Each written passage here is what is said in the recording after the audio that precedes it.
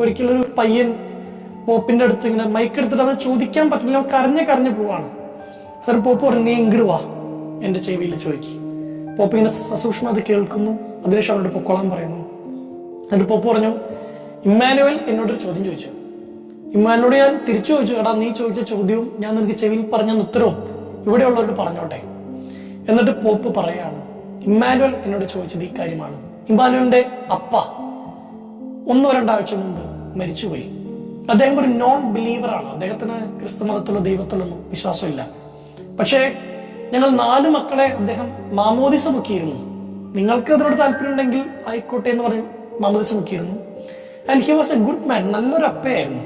പക്ഷെ ഈ മാമോദിസ മുങ്ങാത്തതുകൊണ്ട്, അല്ലെങ്കിൽ നോൺ ബിലീവർ ആയതുകൊണ്ട്, അവിശ്വാസി ആയതുകൊണ്ട് എന്റെ അപ്പ സ്വർഗത്തിലായിരിക്കുമോ എന്നാണ് ഇമ്മാനുവൽ എന്നോട് ചോദിച്ചത്. എന്നിട്ട് ഇമ്മാനുവലോട് എന്ന രീതിയിൽ അദ്ദേഹം പറയുന്നത്, ഇമ്മാനുവൽ, നിന്റെ അപ്പ എന്ത് സ്നേഹമുള്ള അപ്പയാണ്. സ്വന്തമായിട്ട് വിശ്വാസമില്ലെങ്കിലും മക്കൾക്കത് ആഗ്രഹമുണ്ടെങ്കിൽ അത് നടത്തിക്കൊടുക്കുന്ന അപ്പന്റെ ഹൃദയം എത്ര മനോഹരമായ ഹൃദയമാണ്. ഇങ്ങനൊരു അപ്പയെ ദൈവത്തിന് സ്വർഗത്തിൽ കയറ്റാതിരിക്കാൻ പറ്റുമോ എന്ന് നിങ്ങൾക്ക് തോന്നുന്നുണ്ടോ എന്ന് ക്രൗഡിനോട് റിപ്പീറ്റ് ചോദിക്കുന്നുണ്ട്. ഉത്തരം പറയാൻ പോപ്പ് പറയുന്നുണ്ട്. അപ്പോൾ ഇല്ല എന്ന് പറയുന്നു. അപ്പോ പോപ്പ് പറയുന്നുണ്ട്, ആ മനുഷ്യനെ തീർച്ചയായിട്ടും സ്വർഗത്തിലുണ്ടാവും.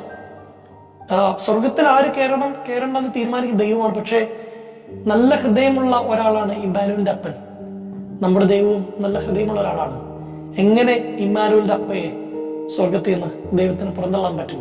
എന്നിട്ട് ഇമ്മാനുവലോട് പറയുന്നുണ്ട്, ഇമ്മാനുവേൽ, നീ അപ്പയോട് സംസാരിക്കുക, നീ സ്വർഗത്തിലുള്ള അപ്പയോട് പ്രാർത്ഥിക്കുക.